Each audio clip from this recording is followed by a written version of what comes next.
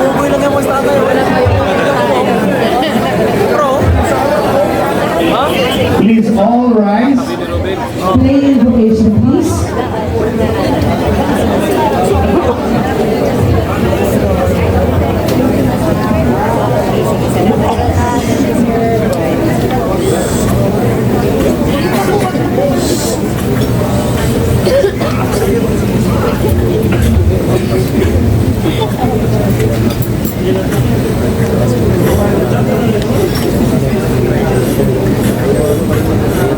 Excuse. Again, play invocation. Panginoon, nagpapasalamat po kami at nagsama-sama po ang mga Pilipino para sa pag-asa na bumangon ulit ang Pilipinas. Amen. Let us now sing the national anthem.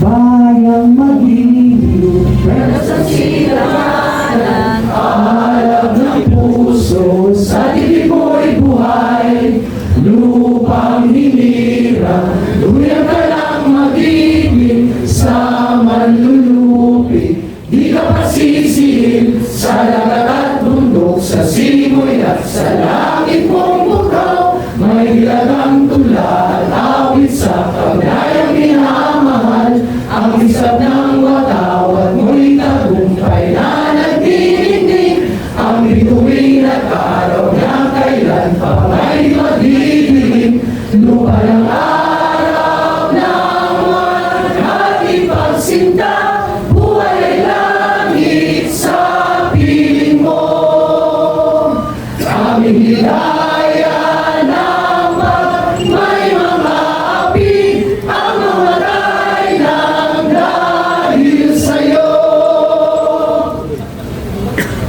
Mahal na po. Pilipinas Duterte pa rin! Pilipinas Duterte pa rin!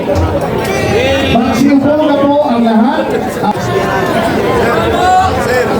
Ang tanong po sa taong bayan, sa tingin niyo ba, may dahil sa mga nangyayari ngayon, may pag-asa pa ang Pilipinas? May pag-asa pa ba ang Pilipinas? Meron!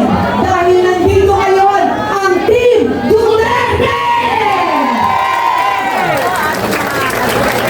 Pinili po ng mabuti ng ating minamahal na former President of the Philippines, Rodrigo Roa Duterte. Ang mga ito na nandito ngayon sa entablado, mga magagaling, mga matatalino, may karanasan at higit sa lahat, may puso. Takot magnakaw, takot sa korupsyon, takot sa Diyos. At hindi magagalaw ang PhilHealth. Kaya naman po, bago po natin tawagin ang ating welcome speaker, ipinakikilala ulit namin sa inyo ang Team Duterte, Jimmy Bondo, number 10.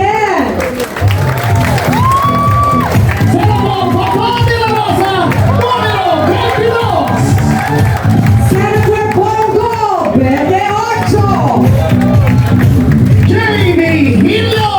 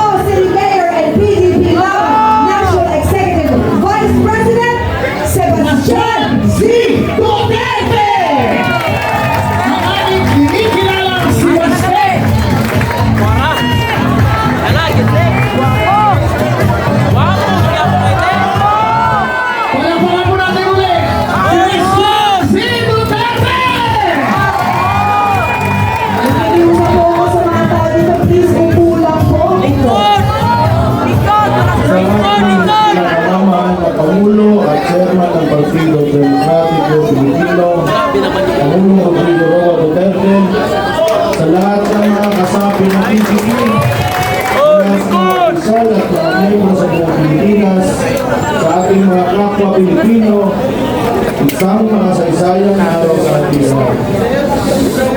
Taos-puso akong nagpapasalamat sa bawat isa sa inyo sa patuloy na pagtitiwala sa Partido Demokratiko Pilipino at sa mga advokasya na ating ipinaglalaban.